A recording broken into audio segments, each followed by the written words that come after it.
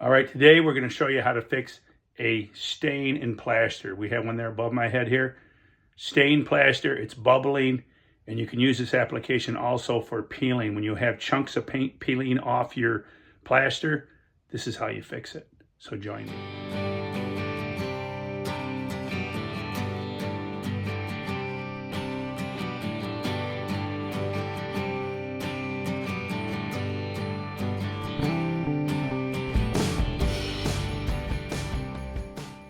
Look at this stain. Actually, it's a work of art. If you look at that, the client sees a penguin. I see a unicorn alien. What do you see? Anyway, there's your bubbling. The bubbling, and what we're going to do is we're going to take a knife and we're going to scrape the bubbling off, which is going to take us back down to the surface of the plaster. You want to get it right down. Scraping it all off. I think I need to zoom in on this. Anyway, we'll save you a little time here. We'll scrape it all down and then I'll show you the next step. Now we've given it a nice thorough scraping. And what I want to just make sure we're going to get a good bond with the primer. We're going to sand it, knock off any loose.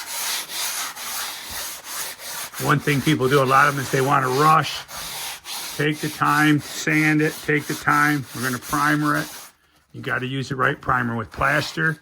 Plaster requires an oil-based primer. You don't want to use the latex primers. Oil is going to stick a lot better. If you don't have it in your area and you're going to use latex, you're going to probably want to 2-coat it and wait 24 hours. But with the oil base, we're going to 1-coat it, and we'll give it about 30 to 40 minutes to dry. Here we go. Nice and sanded. Knock the dust off. This is the Magic Primer. Kilz Original Interior Primer. Blocks heavy stains. This is an oil-based product.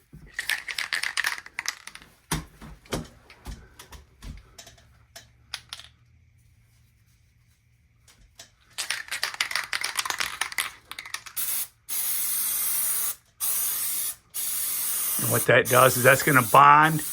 You can also use this for where you have chunks of paint that have chipped off your plaster and the paint is completely lifted. You're back down to a bare, smooth plaster surface.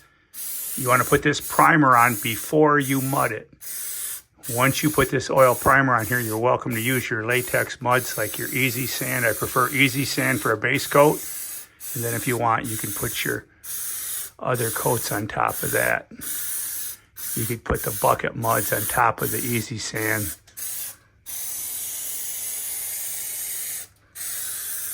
This is going to prevent that stain from bleeding through and give you a better bond at the same time. All right, we'll come back in 45 minutes. Okay, now we're going to skim coat with the 𝐕𝐈𝐃 20. All right. Primer is dry, time for a skim coat. We're just going to do a light skim coat. 𝐕𝐈𝐃 20 powder muds. Give you your best bond. And I'll show you, we put a little bit of fiberglass tape. I call it fiberglass mesh tape on the cracks. The biggest thing is people rush dry times. Don't rush your dry times.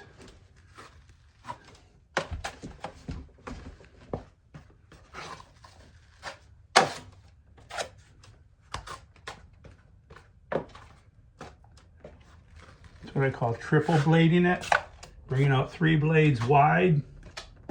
It's like doing a butt joint on drywall. We got a chunky. You don't want the chunky. Pick out the rocks. This bag mud does have a shelf life of about 6 months. Humidity, moisture will make it set up like a bag of concrete. I love it when clients come to me and say, hey, I got a bucket of mud in the basement. You don't need to buy any. And I like, how long's that been in your basement? Oh, a couple of years. And I tell them it's no good, throw it away. Oh, are you sure? Are you sure? Yep, I'm sure. And we open it up and it looks like somebody's science culture. So use up your products. You're not going to keep them very long. There you go. Do a skim coat and we'll come back and we can top it up. First coat, skim coat. And I'll come back tomorrow. Also did a couple more cracks over here. Plaster repairs. I like the bag mud for your base coat. And like I say, now I can put the pre-mixed muds on top of this. It'll bond fine to the easy sand. But do not use the softer pre-mixed muds for your base coat. You need that additional strength. And always use the mesh tape.